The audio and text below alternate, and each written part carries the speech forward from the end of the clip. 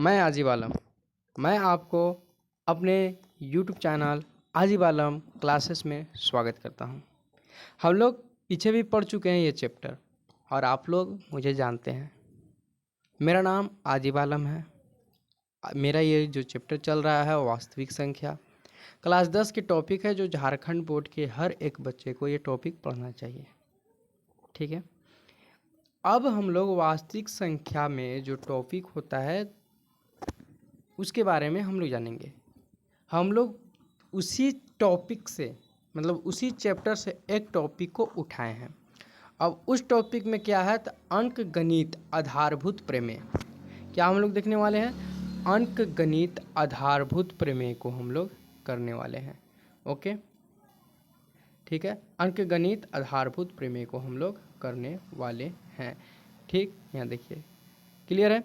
अब देखिए आधारभूत प्रमेय में क्या है। आधारभूत प्रमेय में इसका इंट्रोडक्शन हम लोग आज देखेंगे, क्योंकि हर एक पड़ाव से पहले तैयारी की ज़रूरत होती है। यानी कि क्वेश्चन से जो है उसे करने से पहले हम लोग उसके छोटे से छोटे बेसिक से बेसिक चीज़ को समझेंगे।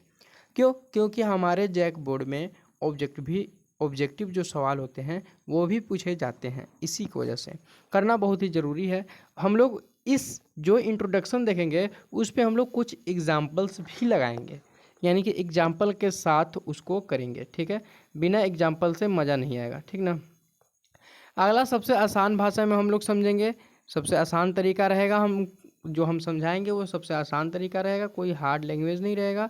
ठीक है, आसान भाषा की मतलब ये करेंगे। और ये मेरा जो है NCERT बेस्ड पर जो ये नोट है वो है, आप लोग ये नोट कर लीजिएगा, दिक्कत नहीं होंगे। ठीक है, ये एग्ज़ाम में यहाँ से सवाल 100% आते हैं।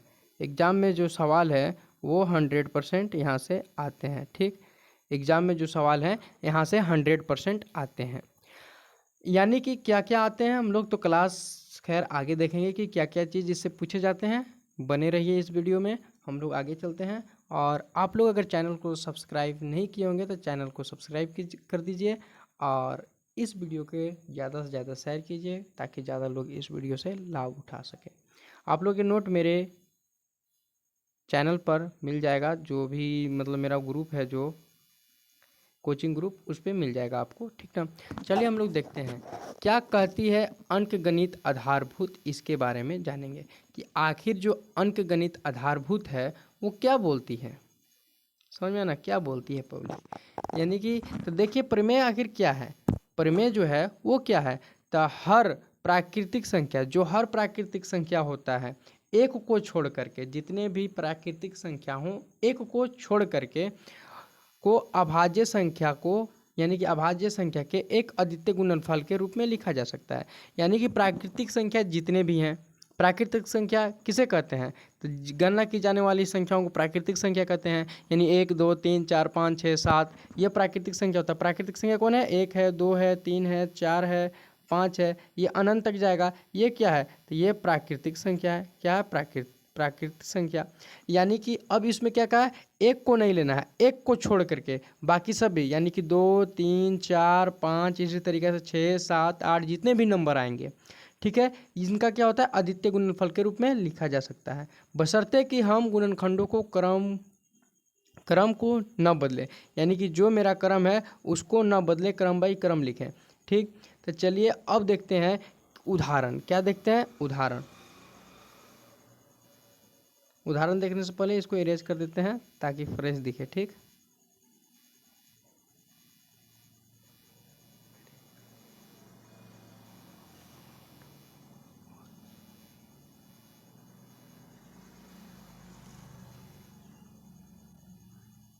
इसको ले लें।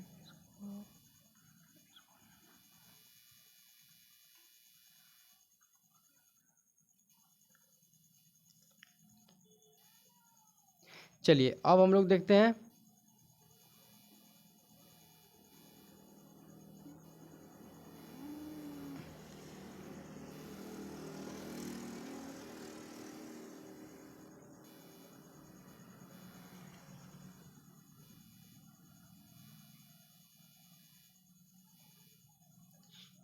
थोड़ा सा दिक्कत हो गया है, रुकिएगा, थोड़ा सा वेट कर लीजिए।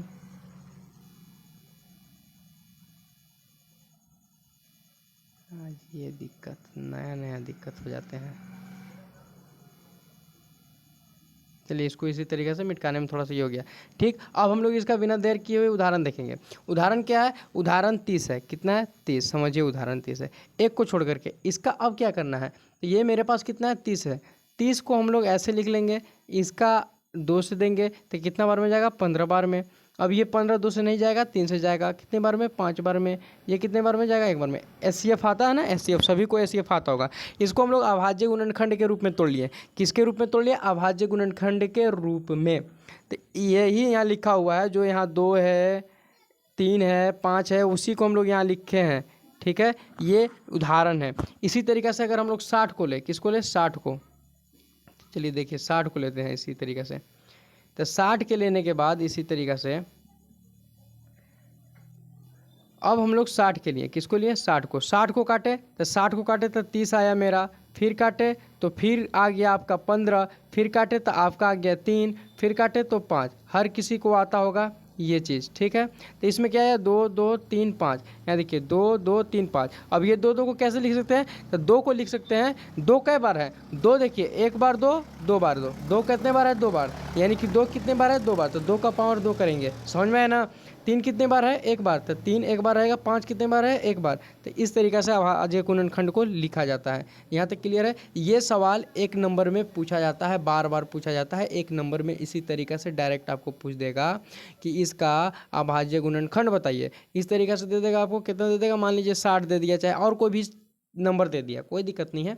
आप लोग समझ जाएंगे तो ये भी समझ में आ जाएगा। तो ये दे दिया। अब इसको कहा कि अभाज्य गुणनखंड के रूप में लिखिए, तो हम लोग इसको एलसीएम ले लेंगे। क्या ले लेंगे? एलसीएम। तो एलसीएम कैसे? 2 से ये जाएगा भागा, 2 से कई बार में जाएगा? 6। 2 से 3 बार में 6 जाएगा। ये 0 के 0 लिख देते हैं। ठीक है, अगला फिर 2 से जाएगा 30, 2 से जाएगा कई बार में जाएगा? 15 बार में जाएगा। 15 2 से जाएगा? नहीं।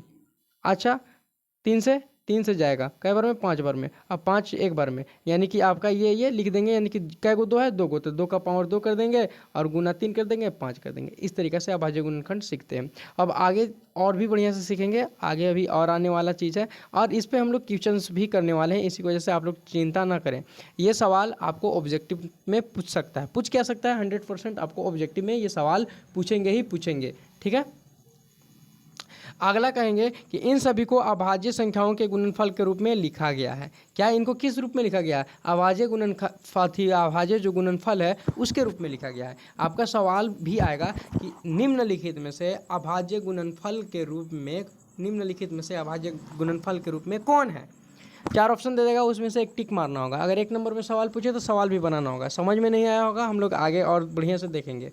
ठीक है, बेझिझक रहिए और चैनल को सब्सक्राइब कीजिए और वीडियो को शेयर कीजिए और लाइक भी कर दीजिए। अगला देखिए मुख्य बातें सीखेंगे, इंपॉर्टेंट पॉइंट्स सीखेंगे। क्या सीखेंगे? इंपॉर्टेंट पॉइंट, कि आखिर इंपॉर्टेंट पॉइंट्स क्या है। तो देखिए प्रत्येक संख्या का अभाज्य गुणनखंड यानी प्राइम फैक्टोरेशन, यानी कि जो प्रत्येक संख्या होता है उसका अभाज्य गुणनखंड केवल एक ही तरह से होता है, क्रम को छोड़कर केवल एक ही तरह से होता है। जैसे इस प्रमेय के आधार पर, जो हम लोग प्रमेय पढ़ रहे हैं, अंकगणितीय आधारभूत प्रमेय, इस प्रमेय के अनुसार इस प्रमेय हमें क्या क्या देगा? तो एचसीएफ और एलसीएम निकालने की शक्ति देगा। यानी कि एलसीएम और एचसीएफ जो है इस प्रमेय से हम लोग निकाल सकते हैं। संख्या के गुणों को गहराई से समझ सकते हैं। यानी कि हम लोग की ये मुख्य बात है कि हम लोग जो अंकगणित क्यों पढ़ रहे हैं, हम लोग आखिर पढ़ने की क्या ज़रूरत है? एचसीएफ और एलसीएम से जो भी सवाल आते हैं इसी प्रमेय से बनाए जाते हैं। इसी की वजह से हम लोग इस प्रमेय को पढ़ते हैं। ठीक है, अब चलिए आगे चलते हैं। हम लोग आगे क्या कर रहा है? अभाज्य संख्याएं क्या है? आखिर 2 तरीके की संख्या होता है, भाज्य एक अभाज्य।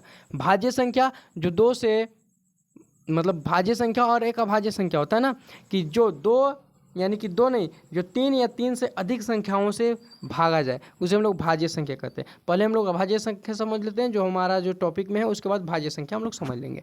ऐसी संख्या जिनके केवल 2 भाजक होते हैं, यानी कि केवल और केवल 2 से ही भागा जाते हैं। केवल और केवल कितने से भागा जाते हैं? 2 ही नंबर से भागा जाते हैं। ऐसे संख्याओं को हम लोग भाजक यानी कि अभाज्य संख्या कहते हैं। एक और स्वयं से, उदाहरण 2 3 5 7 11 13 17, ये क्या है? अभाज्य संख्या। क्या है? अभाज्य संख्या। अब अभाज्य संख्या क्यों है? तो देखते हैं हम लोग कि अभाज्य संख्या आखिर ये है क्यों। तो देखिए ये जो 2 है, यहाँ पे आपको जो ये 2 दिख रहा है वो कितने नंबर से जा रहे हैं, भागा अगर हम लोग देंगे तो ये कौन कौन से नंबर से कटेंगे। तो एक से, तो ये एक से कटेगा, एक दो बार में, और ये केवल 2 से कटेगा, यानी कि ये स्वयं से कट रहा है। स्वयं मतलब 2 है जो कि दो ही से कट रहा है, और एक से कट रहा है, यही लिखा है स्वयं, और यानी कि एक और स्वयं से भागा जाता हो। तो इसी ये क्या हो जाएगा, अभाज्य संख्या हो जाएगा। ये 3 को देखिए, ये तो एक तो 3 के पहाड़ा में 3 आता है, और 1 के पहाड़ा में आता है, और किसी के पहाड़ा में आता है 2 3, यानी कि 2 4 6 8 के पहाड़ा में पता आता है 3 नहीं, केवल 3 और 1 के ही, 3 और 1 से ही भागा जाता है। इसी की वजह से इसको भी अभाज्य संख्या कहेंगे। 5 को देखिए, केवल 5 और 1 से ही जाएगा, और किसी से जाएगा नहीं, अभाज्य संख्या, यानी केवल 2 संख्याओं से जाए। एक तो 1 से जाए, यानी कि जितने भी नंबर हैं वो 1 से जाते हैं, 0 के अलावा जितने भी नंबर्स हैं वो 1 से क्या हो जाते हैं, अगर हम लोग उसको भागा दें तो 1 से चला जाएगा। और एक खुद से, यानी कि जिसमें भागा देना है वही नंबर से कटेगा। ऐसे संख्याओं को अभाज्य संख्या कहते हैं। यहाँ तक क्लियर है। अब देखिए भाज्य संख्या क्या होता है। भाज्य संख्या का बन जाता है कि जो 3 या 3 से अधिक संख्याओं से कटे, जो 3 या 3 से अधिक संख्याओं से कटे उसे भाज्य संख्या कहते हैं। क्या कहते हैं, भाज्य संख्या। उदाहरण देख लेते हैं, डिफिनेशन नहीं, उदाहरण देख लेते हैं भाज्य संख्या का। याद रखिएगा उदाहरण, किसका उदाहरण है, भाज्य संख्या। भाज्य संख्या का उदाहरण देखिएगा। देखिए 3, 2 नहीं है, 3 नहीं है, क्या होगा, 4 हो जाएगा। वो है नहीं तो बता रहे हैं कैसे। 4 हो जाएगा आपका, 6 हो जाएगा आपका, 8 हो जाएगा आपका, 9 हो जाएगा आपका, 12 हो जाएगा आपका, इतने लेते हैं। अब देखिए 2, ये 4 तो 1 के पहाड़ा में जाता है 4 बार में, और एक 2 के पहाड़ा में भी आता है, 2 का 2 2 नहीं 4, यानी कि 2 से भी भागा जाता है, और एक 4 से भी भागा जाता है। कई गो नंबर से कटा, 1 2 3, यानी 2 से अधिक नंबर से कट रहा है कि नहीं कट रहा है, यानी कि जो भी संख्या 2 से अधिक नंबर से भागा जाता है उसे हम लोग भाज्य संख्या कहते हैं। क्या कहते हैं, भाज्य संख्या।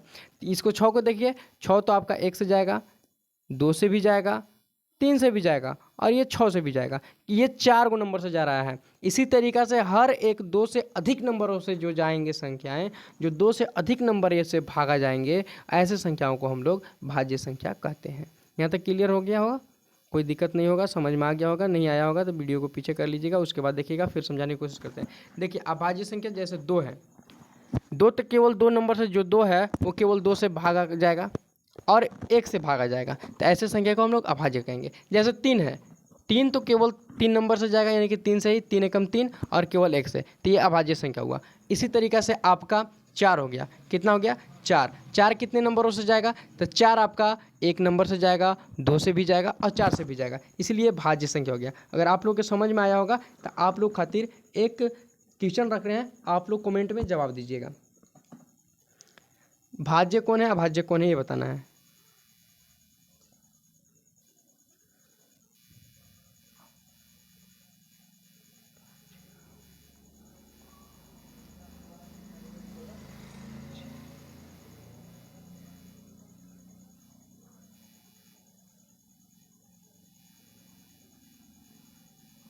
अभाज्य और भाज्य बताना है ना, अभाज्य और भाज्य बताना है।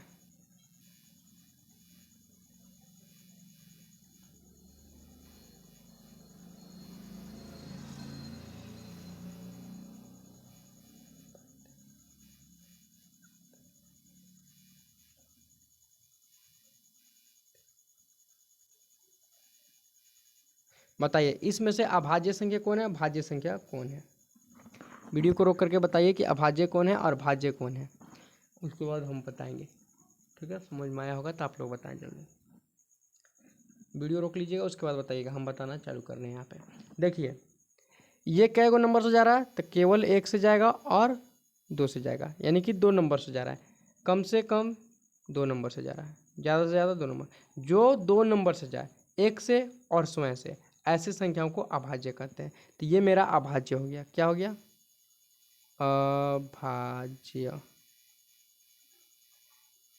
अब चलिए 4 देखिए, 4 आपका 1 से भी जा रहा है, 2 से भी जा रहा है, 2 का 2 दूनी 4, और 4 से भी जा रहा है, यानी कि 3 नंबरों से जा रहा है। जो भी नंबर 2 से ज़्यादा आ जाए, यानी कि 2 से ज़्यादा नंबरों से भागा जाए, ऐसे संख्या को भाज्य कहते हैं। ये मेरा भाज्य हो गया। क्या हो गया? भाज्य। 7 को देखिए, 7 केवल 1 से जा रहा है और केवल 7 से जा रहा है और किसी से नहीं जा रहा है, तो ये मेरा अभाज्य हो गया, क्योंकि ये 2 ही नंबर से जा रहा है। जो 2 नंबर से जाए वो अभाज्य, जो 2 से अधिक नंबरों से जाए वो भाज्य।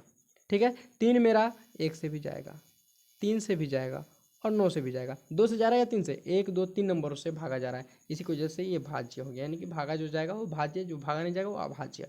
ठीक है। ये मेरा 1 से जाएगा और केवल 13 से जाएगा, तो ये अभाज्य। इस तरीक़ा से सवाल होता है, आप लोग समझ चुके होंगे और इसी तरीक़ा से करना है। ठीक है।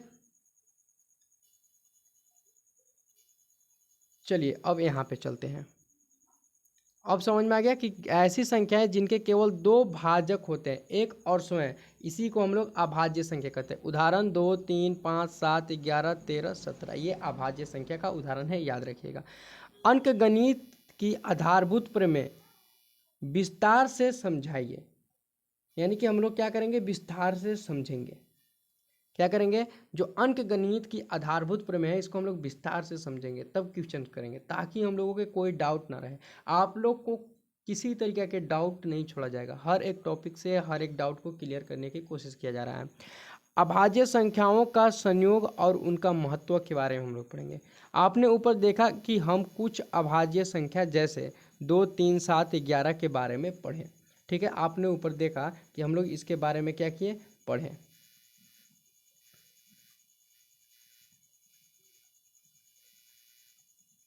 अब चलिए आगे चलते हैं हम लोग। ये तो आगे देखिए, इनका उपयोग करके अलग अलग संख्याएं बना सकते हैं। अब हम लोग जो ये हम लोग पढ़े, इनका उपयोग करके अलग अलग संख्या बना सकते हैं। किसका उपयोग करके? अभाज्य संख्याओं का उपयोग करके हम लोग अलग अलग तरीक़ा के संख्या को बना सकते हैं। संयोजन गुणनफल संख्या को देखेंगे हम लोग, जैसे कि 7 और 11 और आपका 23 है, इसको गुना करने के बाद 1771 प्राप्त होता है। कितना मिलेगा? 1771। ठीक है। उसी तरीक़ा से हम लोग करेंगे 3 7 11 और 23 का गुना, तो 5313 करके भी देख लेते हैं एक बार। इसको गुना करेंगे कितना से?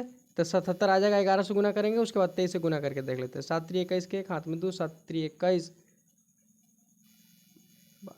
7 का 7 7।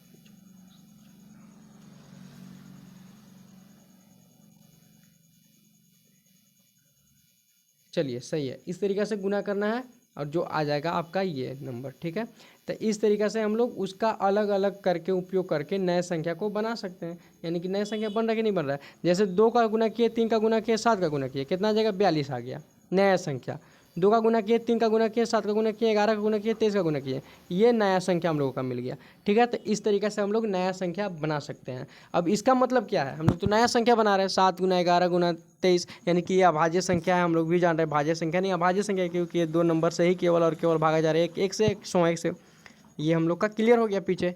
अब देखिए, यदि आप इन अभाज्य संख्याओं को किसी भी बार यानी कि पावर में गुना करें, तो आप धनात्मक पूर्णांकों का एक बहुत बड़ा संग्रह बना सकते हैं। यानी कि आप लोग इसको पावर से गुना करें, यानी कि अभाज्य संख्याओं को किसी भी पावर से गुना करें, तो इसे हम लोग धनात्मक पूर्णांक एक बहुत बड़ा संग्रह बना सकते हैं, और यह अनंत है। यानी कि हम लोग जितना चाहें उतना ला सकते हैं, नया संख्या बना सकते हैं, गुना कर करके ये अनंत है। इसका मतलब यही बताना है। ठीक है। इसको आप लोग नोट नहीं कीजिएगा तब चलेगा, कोई दिक्कत नहीं है। ये थोड़ा सा आप लोग का जो टेस्ट है उसको जांचा जा रहा था कि क्या आप लोग जानते हैं कि नहीं, और जो नहीं जानते होंगे ये बताया गया है कि एकदम बेसिक से लिया जाएगा आप लोग के लिए। जो नहीं पढ़े लिखे हैं, मतलब जो क्लास 10 में बिल्कुल भी नहीं जानते हैं, 9 भी नहीं पढ़े, 8 भी नहीं पढ़े, ऐसे बच्चों के लिए कि बहुत ही बड़ा वरदान बैच है। ठीक है। तो इसको आप लोग छोड़े नहीं, बहुत ही ज़रूरी बैच है। ठीक है। बाकी आप लोग की मर्जी है, आप लोग क्या चाहते हैं। क्या ये सब क्या ये सब भाज्य संख्याएं हैं? यानी कि जो हैं, ये जो हम लोग पीछे देखें, ये भाज्य संख्या हैं। अब प्रश्न क्या है? अब प्रश्न ये है आप लोगों से कि क्या हर भाज्य संख्या को अभाज्य संख्या के गुणनफल के रूप में लिखा जा सकता है? कंपोजिट नंबर जितने भी हैं उसको क्या हम लोग अभाज्य संख्या के रूप में लिख सकते हैं क्या?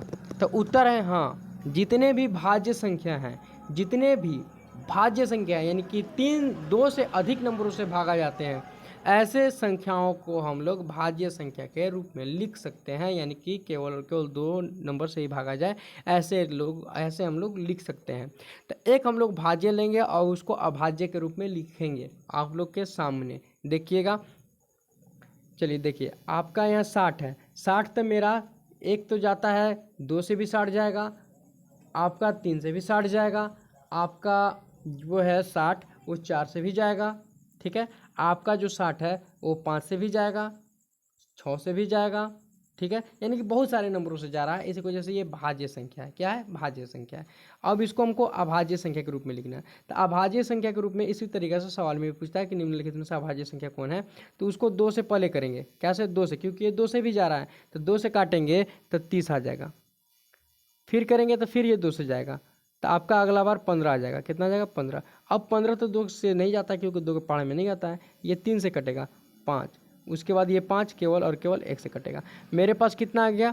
2 आ गया, फिर से 2 आ गया, 3 आ गया, 5 आ गया। अब इसको किस रूप में लिखना है? अभाज्य गुणनखंड के रूप में। देखिए 60 का कितना बना? 2 2 3 5। अब कहिएगा कि ये अभाज्य गुणनखंड के रूप में कैसे लिखें? तो मेरा 60 2 से अधिक नंबरों से भागा जा रहा था, ठीक है, लेकिन 2 केवल और केवल 2 नंबर से भागा जाएगा। ये फिर 2 केवल और केवल 2 नंबर से भागा जाएगा। ये 3 केवल और केवल 2 नंबर से भागा जाएगा। ये 5 केवल और केवल 2 नंबर से भागा जाएगा। एक स्वयं से और एक से, यानी कि 1 से भी जाएगा और स्वयं के नंबर से जाएगा। ऐसी को हम लोग अभाज्य संख्या कहते हैं। तो ये सारे केवल और केवल 2 नंबरों से जा रहे हैं, इसी की वजह से ये अभाज्य हो गए और अभाज्य संख्या के रूप में हम लोग यहाँ लिख दिए।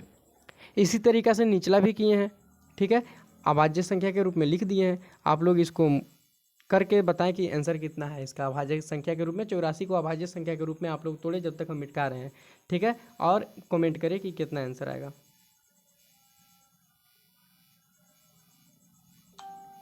सवाल इसी तरीके से पूछता है बोर्ड एग्जामिनर कि अभाज्य संख्या बताना है कि कौन है निम्नलिखित में से। ये हम लोग देखेंगे कल, ठीक है ना, क्वेश्चंस भी देखेंगे, इस पर कोई दिक्कत नहीं है। आप लोग के पूरे सिखा करके भेजने का निर्णय लिए हैं, तो सिखा करके ही भेजेंगे।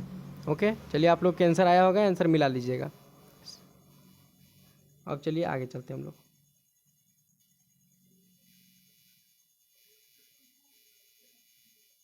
आगे क्या कर रहा है? आगे हम लोग अब एक नंबर लिखेंगे, इसको देखेंगे कितना है, 32,760। इसको हम लोग देखेंगे, ठीक है, 32,760 को देखेंगे हम लोग। देखिए अब आते हैं फैक्टर ट्री, यानी कि गुणनखंड वृक्ष पर। उदाहरण है कितना, 32,760 अभाज्य गुणनखंड के रूप में हम लोग इसको लिखेंगे। Step by step factor tree से हम लोग समझेंगे, जो कि 2 से भागा देना है, कुछ नहीं करना है इसमें। क्या से भागा देना है? 2 से, ठीक है। तो मेरा है 32, कितना है? 32,760। अब इसको फैक्टर ट्री से भागा देना है, 2 से काटेंगे इसको। कितने से काटेंगे? 2 से। कितना आ जाएगा? 16,380 आ जाएगा। कैसे आ जाएगा? देखिए 2 के पहाड़ा में 3 एक बार में आता है, 1 लिखे, 1 बचा, उधर 60 है तब 12 हो गया। 2 के पहाड़ा में 12 6 बार में आता है, 6 लिखे। 2 यहाँ 7 है तो 7 2 के पहाड़ा में नहीं आता है, 3 आता है, कई बार में आता है, 6 आता है, कई बार में आता है, 3 बार में आता है, 6 लिखे। 1 7 16, ये इस तरीके से हो गया, ठीक है। भागा देना है, कुछ नहीं करना है। अब इसको काटेंगे तो ये भी आपका 2 से जाएगा। अब इसको 2 से काटने के बाद कितना आएगा? 8,190 आएगा। अब इसको भी 2 से काटेंगे, इसको 2 से काटने के बाद कितना आएगा? ये आपका आ जाएगा 4,985, ठीक है। ये आपका क्या कट रहा है? ये जो है ट्री मेथड होता है। ये इस तरीके से जो काटा जाता है उसी को हम लोग ट्री मेथड कहते हैं। क्या कहते हैं? Tree method. आपका अब कितना आ गया था? यहाँ इतना था। अब इतना को फिर 2 से, आपकी 3 से भागा देंगे, 2 से नहीं जाएगा, देख लेंगे हम लोग, 65, 1365 आ जाएगा। इसको फिर 3 से भागा देंगे तो कितना आ जाएगा? 455। उसके बाद 5 से भागा देंगे, कितना आ जाएगा? 91। फिर देंगे इसको 7 से भागा तो कितना आ जाएगा? 13। फिर 13 को भागा देंगे 13 से तो कितना आ जाएगा? 1। जब तक काटना है तब तक 1 नहीं आ जाए। इसी को हम लोग कहते हैं ट्री मेथड। क्या कहते हैं? Tree method. और ये जो कट रहा है ये अभाज्य संख्या है। इस साइड कितने कौन है? अभाज्य संख्या। और ये साइड भाज्य संख्या है। क्या है? भाज्य संख्या। तो हम लोग को क्या लेना था? अभाज्य संख्या लेना था। क्या लेना था? अभाज्य संख्या। देखिए तो इसका अभाज्य संख्या कितना बन गया? इस तरीके से बन गया। और इसको देखने के लिए हम लोग फिर से पीछे चलते हैं और अच्छे ढंग से भी समझते हैं, ठीक है। जो बच्चा को समझ में आ गया होगा वो भगा करके वीडियो देख लेना, ठीक ना। जिसको नहीं आया होगा उसके लिए है ये फिर से। चलिए देखिए, हम लोग इसको 2 से भागा देंगे, जितना आएगा उतना लिख देंगे, ठीक है। फिर 2 से भागा देंगे, जितना आएगा उतना लिख देंगे, फिर 2 से भागा यानी कि 2 से कटा, फिर 2 से कटा, फिर 2 से कटा, ठीक है। यानी कि कहने का मतलब है अगर हम लोग भागा देते हैं इसको इस तरीक़े से करके 32, 7, 60 इस तरीक़े से अगर हम लोग करके भागा देते हैं तो आपका एक बता दे रहे हैं, बाकी आप लोग देख लीजिएगा क्योंकि दूसरा का स्टेप हम बता चुके हैं। तो ये एक बार में जाएगा 2 आएगा, फिर ये 6 बार में जाएगा 12 आएगा, काट कूट हो जाएगा 7, 7 तो नहीं जाता है, 6 जाता है, कितने बार में 3 बार में, भागा सभी को आता होगा। ये आपका 8 बार में जाएगा 16, जो 0 बच जाएगा इधर लिख देंगे, यही आपका लिखा है, ठीक है। फिर 2 से काटेंगे ये कटेगा, फिर 2 जो आएगा उसको 2 से काटेंगे कटेगा, नहीं कटेगा तो 3 से काट के देखेंगे। और जो आया मेरा यहाँ कितना आया ये देखते हैं, कै गो एक आया, 2 कै गो आया ये गिनते हैं, 1 2 3, 2 कितने आए 3, और इधर कहीं है नहीं, तो 2 कितने आए हैं 3। तो देखिए 2 कै बार आया है 3 बार, 2 कै बार आया है 3 बार, तो 2 का पावर 3 हो जाएगा। 2 कितने बार आए हैं 3 बार, तो 2 का पावर 3 यानी कि 2 कै बार है 3 बार है, इसका मतलब ये होता है 2 कै बार है 3 बार यानी 2 गुने 2 गुने 2 हो जाएगा, ठीक है। ये समझ में ना पावर। अब अगला देखिएगा,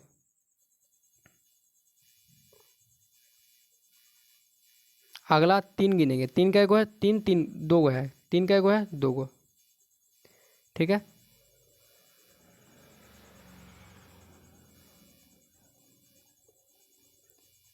तीन बताइएगा, 3 कै गो है 2 गो, ठीक है। देखिए तब की क्या लिखेंगे गुना 3 का पावर 2 गुना 3 का पावर 2 गुना 3 का पावर 2, क्यों, क्योंकि 3 का पावर 2 यानी कि 3 कै बार है 2 बार यानी कि 3 गुना 3, ठीक है। फिर गुना का चिन्ह लगेगा।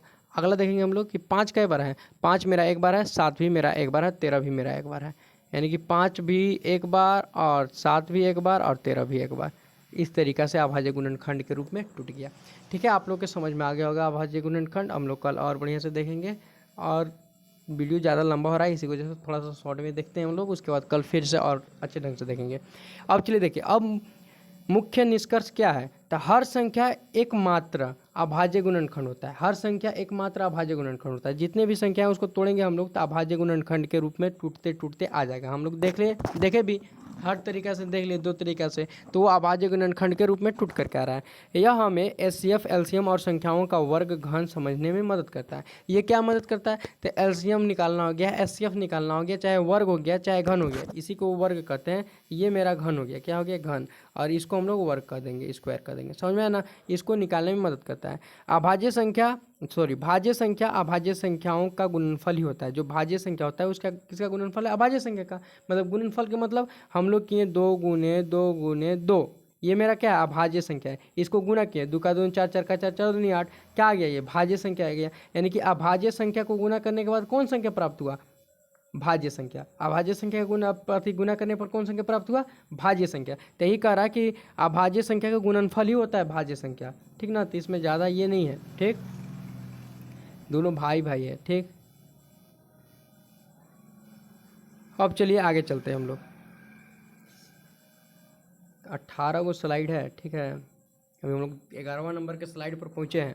तो आप लोग थोड़ा सा लेट हो गया था, इसी की वजह से थोड़ा सा लंबा टॉपिक ला दिए हैं, 2-3 दिन छोड़ दिए थे इसकी वजह से, ठीक। आपका सवाल अब क्या है, तो आपका सवाल आने वाला है, जो भी आपका सवाल मन में होगा वो भी क्लियर कर दिया जाएगा। आपका सवाल क्या है, क्या कोई ऐसी भाज्य संख्या हो सकती है जो अभाज्य संख्याओं के गुणनफल के रूप में नहीं लिखा जा सकता है। क्या ऐसा भी कोई अभाज्य संख्या है जिसको हम लोग भाज्य संख्या के रूप में नहीं लिख सकते हैं। यानी कि जैसे अभी गुना किए थे ना अभाज्य संख्या को, तो भाज्य संख्या आया, अगर 2 बार 2 को करेंगे तब वो भाज्य संख्या ही आएगा, ठीक है। यानी कि जितने बार हम लोग अभाज्य संख्या को गुना करेंगे वो भाज्य संख्या निकल करके आएगा, क्या आएगा भाज्य संख्या। तो उत्तर है नहीं, ऐसी कोई भी भाज्य संख्या नहीं होती। हर भाज्य संख्या केवल अभाज्य संख्याओं के गुणनफल के रूप में ही लिखी जाती है, समझ में आया ना। यानी कि अभाज्य गुणनफल के रूप में ही लिखा जाएगा। जैसे कि देखिए ये मेरा भाज्य है, इसको लिखा गया अभाज्य गुणनखंड के रूप में, गुणनफल के रूप में। ये मेरा भाज्य संख्या, इसको लिखा गया अभाज्य के रूप में, ठीक है। तो यही बात कर रहा है कि नहीं हो सकता है, ठीक। ये आपका सवाल क्लियर हुआ। यानी कि कोई भी अभाज्य संख्या भाज्य संख्या के मतलब कोई भी भाज्य संख्या अभाज्य संख्या के गुणनफल के रूप में ही लिखा जाता है और उसी से बनता है, ठीक है। अब अगला देखिए, अभाज्य संख्याएं वे संख्याएं जिनके केवल दो भाजक होते हैं। क्या कह रहा है कि अभाज्य संख्या किसे कहेंगे, जिसका केवल दो भाजक होते हैं, एक एक और एक स्वयं होता है, ये पढ़ चुके हैं। भाज्य संख्याएं संख्या जो एक और स्वयं के अलावा अन्य से भी विभाजित होते हैं। भाज्य संख्या किसे कहेंगे, जो एक और स्वयं के अलावा और कोई भी नंबर से कट जाए, उसी को ना हम लोग भाज्य संख्या कहें। यानी कि दो से अधिक नंबरों से कटता है उसे भाज्य, और जो दो ही नंबर से कटता है उसे अभाज्य। हम लोग पीछे देख चुके हैं।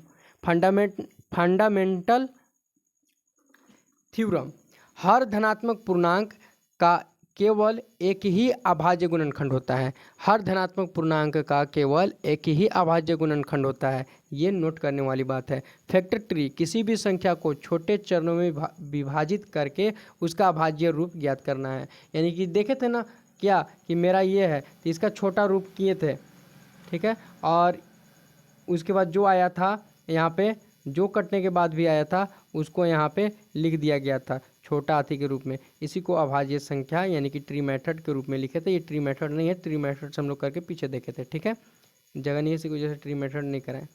अगला चलिए देखते हैं हम लोग। अगला क्या कर रहा है, अगला कर रहा है कि आरोही क्रम में, क्या कर रहा है अगला, कि आरोही क्रम में लिखने पर, यानी कि जो भी है उसे हम लोग आरोही क्रम में लिखने पर रूप और भी स्पष्ट होती है। यानी कि हम लोग जब उसको आरोही क्रम में लिखते हैं तो उसका जो रूप है वो और भी स्पष्ट होता है, ठीक ना। अगर हम यह तय कर लें कि हम अभाज्य संख्याओं को छोटे से बड़े क्रम में असेंडिंग ऑर्डर में लिखेंगे तो उसका अभाज्य गुणनखंड पूर्ण रूप से एक ही तरीका से होगा। यानी कि हम लोग का जो भी है रूप में लिखेंगे तो थोड़ा सा अच्छा भी दिखाई देता है। जो हम लोग उधर लिखा लेते हैं तो उसका क्या था, 2 गुना 2 गुना 2 आया था, फिर आया था 3 गुना 3, फिर आया था 5 गुना 7 गुना 13, यही आया था। इसको अब लिखना है, कैसे लिखेंगे, 2 कई बार है, 1 2 3 बार, यानी कि 2 का पावर 3 आ गया। 3 कई बार है, 1 2 2 बार, तो 2 का पावर 3 का पावर 2 आ गया। 5 एक बार है तो 1 है, 7 एक बार है तो 1 है, 13 एक बार है तो 1 है। यानी कि इसको हम लोग असेंडिंग ऑर्डर के रूप में लिख दिए। समझ में आया ना, पहले छोटा नंबर, फिर उससे बड़ा, फिर उससे बड़ा, फिर उससे बड़ा, इस तरीके से। अब चलिए आगे देखते हैं। आगे का रहा है कि अभाज्य गुणनखंड में किसी अभाज्य, यानी कि जो भी अभाज्य गुणनखंड है उसमें अभाज्य संख्या का आना अवश्य होता है। यानी कि अभाज्य गुणनखंड में किसी अभाज्य संख्या का आना अवश्य होता है, यानी कि जरूरी है, ठीक है।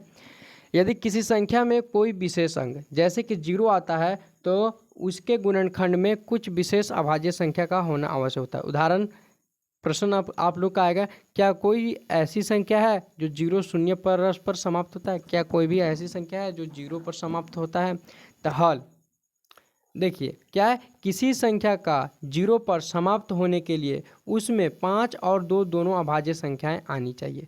यानी कि अगर 0 पर समाप्त करना है तो 5 भी और 2 भी अभाज्य संख्या आनी चाहिए। जैसे परंतु 4 का पावर कितनी, 4 का अगर टूटे यानी कि 2 का स्क्वायर कितना होता है, यानी कि 2 गुने 2 हुआ तो कितना आ जाएगा, 4 आ जाएगा। कितना आ जाएगा, 4। केवल 2 की घातें होंगी, यानी कि क्या है, 2 घात है कि नहीं है। अब 5 का कभी नहीं होगा, 5 का कभी नहीं होगा, इसीलिए कोई भी शून्य पर समाप्त नहीं हो सकता, इसीलिए कोई भी शून्य पर समाप्त नहीं हो सकता है, ठीक है। यानी कि मेरा प्रश्न जो था, आप लोग का प्रश्न जो था कि शून्य पर समाप्त होता है, तो शून्य पर कोई भी नंबर समाप्त नहीं होते हैं, ठीक।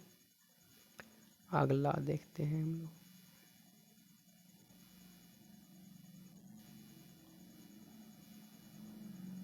अगला है कि अभाज्य गुणनखंड विधि द्वारा एचसीएफ और एलसीएम ज्ञात करना है। ये तो हम लोग कल करेंगे, ठीक है। Prime factorization method to find HCF और एलसीएम। देखिए परिभाषा डिफिनेशन हम लोग देखेंगे किसका, एचसीएफ का, यानी कि हाईएस्ट कॉमन फैक्टर क्या होता है, और इस पर उदाहरण भी देखेंगे कुछ, ठीक है, जो कि एग्जाम में आते हैं।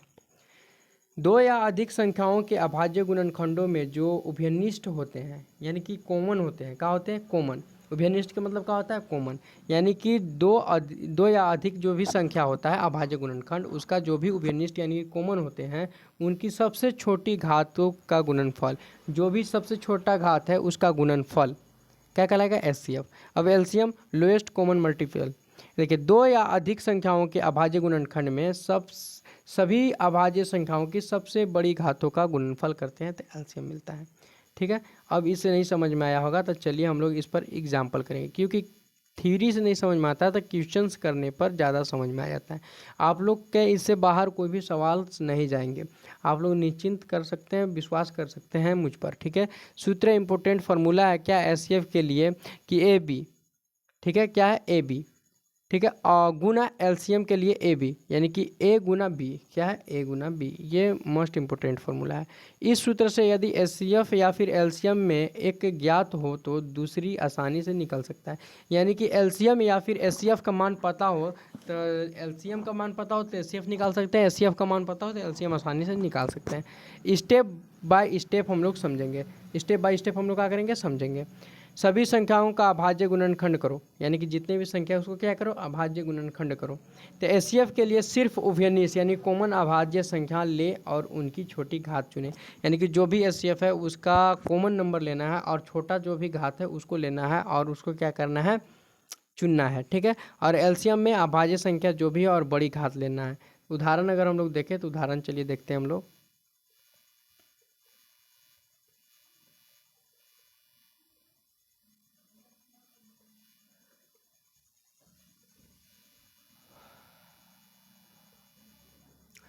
अगर हम लोग उदाहरण देखें इसके लिए तो देखिए उदाहरण 6 और 20 का एचसीएफ और एलसीएम लेना है, ये 2 नंबर के सवाल में पूछता है, ठीक है। उधर हम लोग देखें वो 1 नंबर के सवाल में पूछता था ऑब्जेक्टिव में, और ये 2 नंबर के सवाल में पूछता है।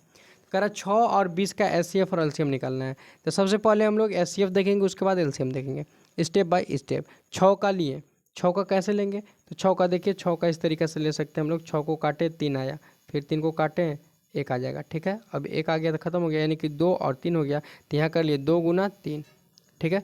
इसी तरीक़ा से 20 का करेंगे तो आपका आ जाएगा 10 और फिर आ जाएगा 5, फिर इसको 5 से काटेंगे तो आ जाएगा 1, यानी कि 2 आया 2 आया 5 आया। तो 2 कई बार है 2 बार है, तो 2 का पावर 2 गुना 5, तो यहाँ कि 2 का पावर 2 गुना 5, ठीक है।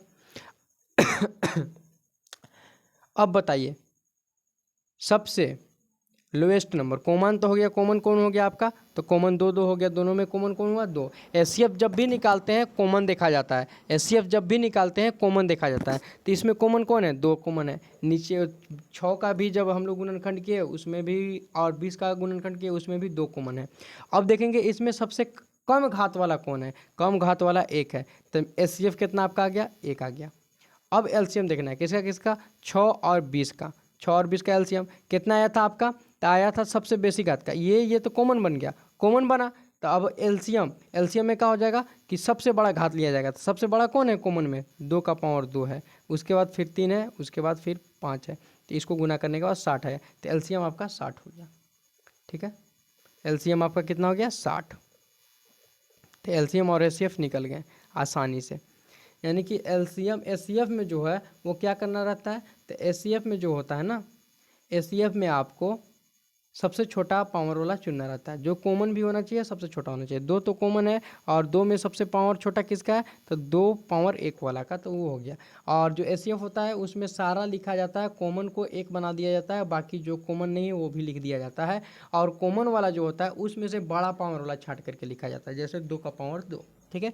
चेक करना हो तो 20 का अगर हम लोग 6 को गुना करें 20 से तो 120 आ जाएगा, यानी कि एचसीएफ गुना एलसीएम, यानी कि 2 का गुना करेंगे 60 से, यानी कि 2 का 60, यानी कि अगर हम लोग इसका गुना इससे करें जो आया 6 और 20, इसको गुना करने पर दोनों को कितना आ रहा है 120 आ रहा है। अब हम लोग देखेंगे एचसीएफ जो आया है और एलसीएम जो आया है सही है कि नहीं सही है। तो एचसीएफ कितना आया आपका 2 आया है, एलसीएम कितना आया 60 आया है, 2 गुना 60 करेंगे 120, तो ये सही है, ठीक है। बहुत गर्मी है, लाइट नहीं है इसी वजह से। अब चलिए उदाहरण, अगला उदाहरण देखते हैं 96 और 404 एचसीएफ और एलसीएम। तो एचसीएफ निकालने खातिर क्या करना होगा, कितना कितना है ये हम लोग देख लेते हैं थोड़ा सा अलग स्लाइड में। 96 404, इसको आप लोग के सामने लाइन बाई लाइन तोड़ते हैं, 2 से करेंगे, ये कितना बार में जाएगा 4 बार में, इसलिए कि 9 2 के पहाड़ा में नहीं आता है 8 आता है, बच गया एक 16 हो गया, फिर ये जाएगा, फिर 2 से करेंगे 2 का 2 4, 4 का 4, 4 2 8, फिर 2 से करेंगे 2 1 कम 2, 2 का 2 2 4, फिर 2 से करेंगे 6, फिर 2 से करेंगे 3, अगला बार 3 से करेंगे 1 आ जाएगा, ठीक है। देख लीजिएगा, इसको करेंगे 2 से तो 2 आएगा, 0 आएगा, 2 आएगा, फिर दूसरे करेंगे, एक आएगा, जीरो आएगा, एक आएगा। अब क्या ये जाएगा क्या दो से, बताएं? दो से नहीं जाएगा। तीन से जाएगा क्या, बताएं? तीन से भी नहीं जाएगा। चार से जाएगा क्या, नहीं जाएगा। पाँच से नहीं, छः से नहीं, सात से, बताएं बताएं? नहीं। आठ से नहीं, नौ से नहीं, 10 से भी नहीं जाएगा, 11 से भी नहीं जाएगा। ठीक है, तो अब चलिए, अब इसका क्या हो गया, तो अब इधर देखिए, अब इसका क्या हुआ आपका, देखेंगे ना, देखेंगे यहाँ कई बार आया है, दो, एक बार, दो बार, तीन बार, चार बार, पांच बार, यानी कि दो का पावर पाँच, यानी दो जो है पांच बार आया है। तीन कितने बार आया है, एक बार आया है, बन गया।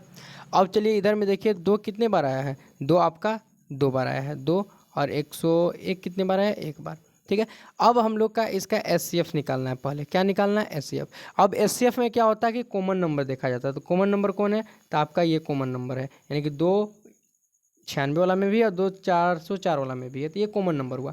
अब देखेंगे कि कॉमन नंबर दो हो गया, तो ऊपर वाला में सबसे कम घात है या नीचे वाला में, तो नीचे वाला में सबसे छोटा घात है, तो आपका एचसीएफ यही हो जाएगा। एचसीएफ का हो जाएगा आपका यही, समझ में आया ना, यानी कि एचसीएफ सबसे छोटा घात वाला है, तो सबसे छोटा जब घात वाला है, यानी सबसे छोटा घात वाला है, तो सबसे छोटा घात कौन है, दो गुना दो है, तो इसका कितना आ जाएगा, चार आ जाएगा।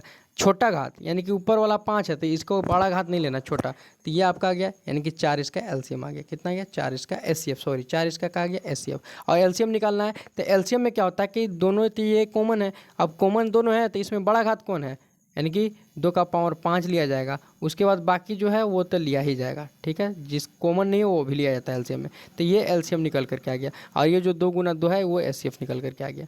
ठीक है, इस तरीक़े से आपको देखना है, समझ में आया ना। तो यही यहाँ किए हैं, यहाँ देखिए जो पहले किए हैं, यानी कि सबसे अति लोएस्ट नंबर सबसे कौन है, दो का पावर दो वाला, तो ये हो गया दो गुना दो, तो चार इसका एचसीएफ निकल करके आ गया। और सबसे हाईएस्ट यानी कि देखिए सबसे बेसी पावर किसका है, दो का पावर पाँच, तो ये लिखा गया, फिर ये लिखा गया, फिर ये, इसको गुना करने के बाद इतना आया। अब इसको चेक करना है ना, तो चेक करने का तरीका क्या होता है, जो सवाल में दिया है वो दोनों का गुना करा देंगे, तो गुना कराने के बाद जितना आएगा, गुना कराने के बाद जितना आएगा उसको हम लोग क्या करा देंगे, एचसीएफ और एलसीएम से गुना करा देंगे, तो फाइनली आंसर चल करके आ जाएगा। ठीक है, यानी कि हम लोग इसको गुना कराएंगे तो ये आ जाएगा। क्लियर है यहाँ तक? सवाल अगर नहीं समझ में आया होगा तो कमेंट आप लोग कर सकते हैं, ताकि हम जो भी कल जो भी लाएंगे प्रश्नवाली, उसमें थोड़ा सा और क्वालिटी इजाफा कर सकें। ठीक है, अगर नहीं समझ में आया होगा तो समझाने का तरीका बदल देंगे, अगर समझ में आया होगा तो यही रहेगा। अगर आप लोग का समझ में आज का टॉपिक नहीं आया होगा तो आप लोग कमेंट करें, थोड़ा सा ज़्यादा ये और बढ़िया तरीक़ा से समझाने की कोशिश करेंगे। ठीक है, चलिए अब क्या है, उदाहरण। अब क्या है, उदाहरण, फिर से उदाहरण है 6, 72 और 120 वाला, आपकी तीन गो वाला आ गया, तो तीन गो वाला कैसे करना है ये बात आ गया ना। तो 6 का लेंगे एक बार 72 का लेंगे, और एक बार 120 का लेंगे, तीनों का ले लेंगे। तो इसका लेंगे तो 2 से जाएगा, फिर आपका 3 से जाएगा, ये तक ख़त्म हो गया। इसका हम लोग लेंगे तो ये आपका दो का दून 4 दूतिया 6, तीन बार में 6 दूना 12, फिर 2 से जाएगा एक, यानी कि 6 18, फिर जाएगा 9 बार में, फिर जाएगा 3, 3 आएगा, सॉरी 3, फिर जाएगा 1। अब इसका करेंगे तो ये जाएगा 2 से, कितना आ जाएगा, यानी कि आपका आ जाएगा 60। ये आप लोग का एलसीएम आना चाहिए दोस्त, एलसीएम नहीं आएगा तो फिर मैसेज कीजिए, फिर आपको एक एलसीएम सिखाया जाएगा। ऐसे भी हम बहुत पहले का जो था उसमें सिखा चुके हैं। ठीक है ना, तो आप लोग बताइएगा क्या है। अब चलिए देखेंगे, 6 वाला में 2 कई बार है, एक बार है, 3 कई बार है, एक बार है, यानी कि 2 भी 2 का पावर 1, 3 का पावर 1। ठीक है, अब देखिए 72 वाला में 2 कई बार है, 1 गो, 2 गो, 3 गो, यानी कि 2 का पावर 3, यानी कि 2 का पावर 3, तो 2 का पावर 3, यानी कि 2 कई बार है, 3 बार, तो 2 3 बार, एक सॉरी 3 2 बार, यानी कि 3 का पावर 2, 3 कई बार है, 2 बार, तो 3 2 बार, ये भी सही है। अब चलिए 120 को देखते हैं, 1 गो 2 2 3, 3 गो 2 है, यानी कि 2 का पावर 3, 3 एक सॉरी 2 का पावर 3 और 3 एक बार है, तो 3 का पावर 1, 5 भी एक बार है, 5 का पावर 1। समझ में आया?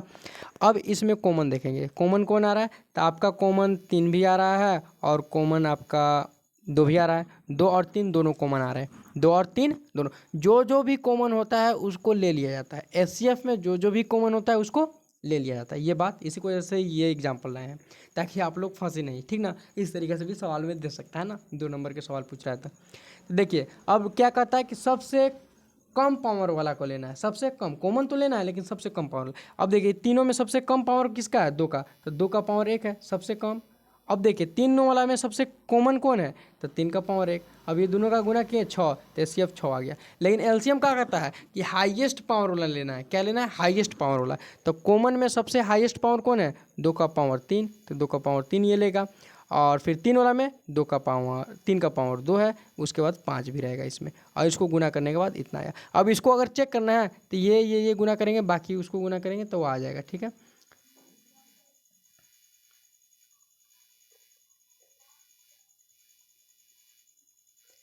समझ में आया होगा। बहुत मेहनत लगता है दोस्त, चैनल को सब्सक्राइब कीजिए, पढ़ने वाले हैं तब पर भी, नहीं भी हैं तब पर भी सपोर्ट कीजिए। यूं ही नहीं बना दिया जाता है वीडियो, ठीक ना, कोई डांस वगैरह वाला नहीं है कि बन गया रटवानी, इसमें मेहनत लगता है, बोलने में भी ताकत लगता है ज़्यादा। ठीक है, तो आप लोग सपोर्ट करते हैं तो थोड़ा सा अंदर से आता है कि चलें और ज़्यादा मेहनत करें। अब देखिए विधि अभाज्य गुणनखंड द्वारा निकालते हैं, ठीक ना। देखिए आपको ये नहीं सूझ रहा होगा तो आइए इसको काट कूट कीजिए, वही चीज़ नीचे भी है। एसीएफ फिनिश्ड गुणनखंडों की सबसे छोटी घातों का गुणनफल। एसीएफ क्या है, किसका गुणनफल है, एसीएफ किसका गुणनफल है, जो भी उभयनिष्ठ यानी कि कॉमन नंबर्स होता है जिसमें सबसे छोटा पावर होता है उसका। एलसीएम का होता है कॉमन होता है, और गुणनफल की सबसे बड़ी घात वाला गुणनफल होता है। ठीक है, और अगर सूत्र का होता है एचसीएफ गुना एलसीएम संख्या, यानी कि 1 गुना संख्या 2, यानी कि जो भी फर्स्ट में रहे जो भी सेकंड में रहे इसको गुना करेंगे तो आ जाएगा। चलिए वीडियो आज के लिए यहीं रहेगा। ठीक है, आप लोग सपोर्ट कीजिए क्योंकि मेहनत ज़्यादा किया जाता है, और थोड़ा सा बड़ा वीडियो होने का कारण है कि पिछले कुछ दिनों से वीडियो नहीं बन पा रहा था इसी की वजह से, ठीक ना, थोड़ा सा ज़्यादा हो गया बड़ा। तो चलिए आपका जो भी है मेहनत तो हम लोग कर रहे हैं, हमारे साथ आप लोग भी मेहनत करें तो बहुत ही ज़्यादा अच्छा रहेगा दोस्त, ठीक ना। हमारे साथ आप लोग भी मेहनत करेंगे ना, बहुत ही ज़्यादा अच्छा रहेगा, क्योंकि हम लोग जो है बहुत ही ज़्यादा मेहनत करने का कारण है।